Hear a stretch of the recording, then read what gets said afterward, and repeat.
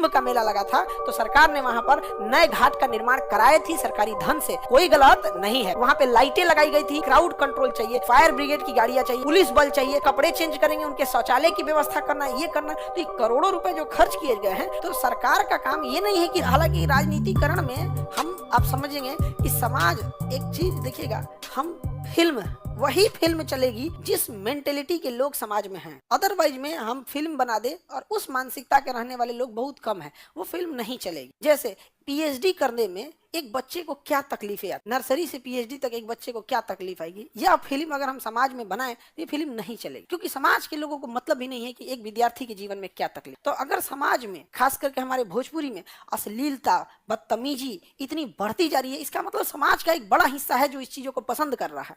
उसी तरह राजनीति है, अगर राजनीति में बुरे लोग हैं तो यह बता रहा है कि लोग उस बुरे लोगों को ही पसंद कर रहे हैं, समझा कि नहीं। तो राजनीतिकरण में तो हम लोग चाहे जितना भी आरोप लगा ले तो वो हम ही लोगों के बीच में से, और हम अपना प्रतिनिधि भेजे, तो जैसन प्रजा वैसन राजा।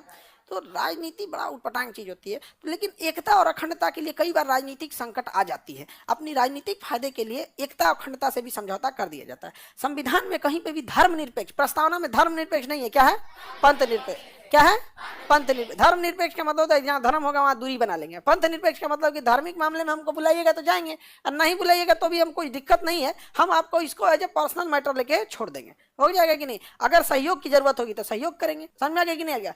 अब जैसे पंथ निरपेक्ष, भारत धर्म निरपेक्ष नहीं है, पंथ निरपेक्ष है। तो अभी अब देखिए कुंभ मेला लगा, कुंभ मेला लगा तो सरकार का काम ये नहीं है कि धर्म से दूरी बना लेना है, क्योंकि हम धर्म निरपेक्ष नहीं है, हम क्या है? पंथ निरपेक्ष। हम धर्म निरपेक्ष रहते तो दूरी बना लेते, जाओ उतना करोड़ों की भीड़ आएगी, कचरा उचरा, ऐसे नहीं ना होगा। हम क्या है? धर्म निरपेक्ष, पंथ निरपेक्ष। तो पंथ निरपेक्ष का मतलब था हमें धर्म से, हमारा सरकार, हमारा तंत्र, मेरा संविधान, हमारा सिस्टम धर्म को बढ़ावा नहीं दे रहा है, वो देश को बढ़ावा दे रहा है। लेकिन यदि कोई व्यक्ति धार्मिक अनुष्ठान, धार्मिक काम कर रहा है तो उसकी सुरक्षा, उसकी व्यवस्था, लॉ एंड ऑर्डर मेंटेन करेगा। तो जैसे कुंभ का मेला लगा था तो सरकार ने वहां पर नए घाट का निर्माण कराए थी सरकारी धन से, और वो पंथ निरपेक्ष के अंतर्गत कोई गलत नहीं है। वहां पे लाइटें लगाई गई थी, क्योंकि 1 महीना 2 महीना जब ये 1.5 महीना चलता है, इतना 1.5 महीना लंबा कुंभ का ये जो मेला चलेगा, तो इसमें इतनी भीड़ को कंट्रोल करने के लिए क्राउड कंट्रोल चाहिए, फायर ब्रिगेड की गाड़ियां चाहिए, उतनी पुलिस बल चाहिए, महिलाओं की सुरक्षा के लिए चाहिए, पुरुषों के लिए, छोटे बच्चों के लिए, नई ट्रेनों के लिए। वहां पे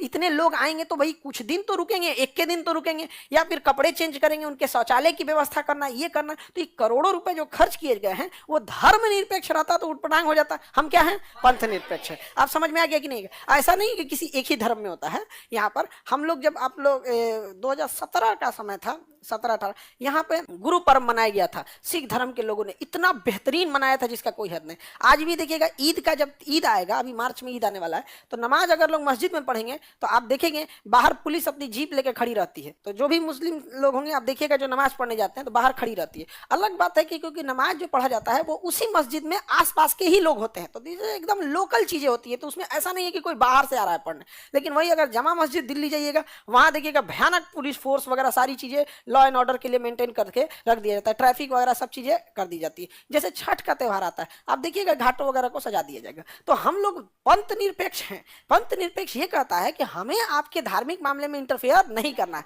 लेकिन यदि आप कोई धार्मिक अनुष्ठान करते हैं और हमारे सहयोग की जरूरत पड़ेगी, हम आपके साथ खड़े रहेंगे। ये पॉजिटिव सेंस है, और धर्म निरपेक्ष एक नेगेटिव सेंस है। ये सब क्या कर रहा है, ऐसे ऐसे ये सब नहीं। तो आप बताइए हमारा संविधान धर्म निरपेक्ष है या पंथ निरपेक्ष? पंथ निरपेक्ष, समझ में आ गया?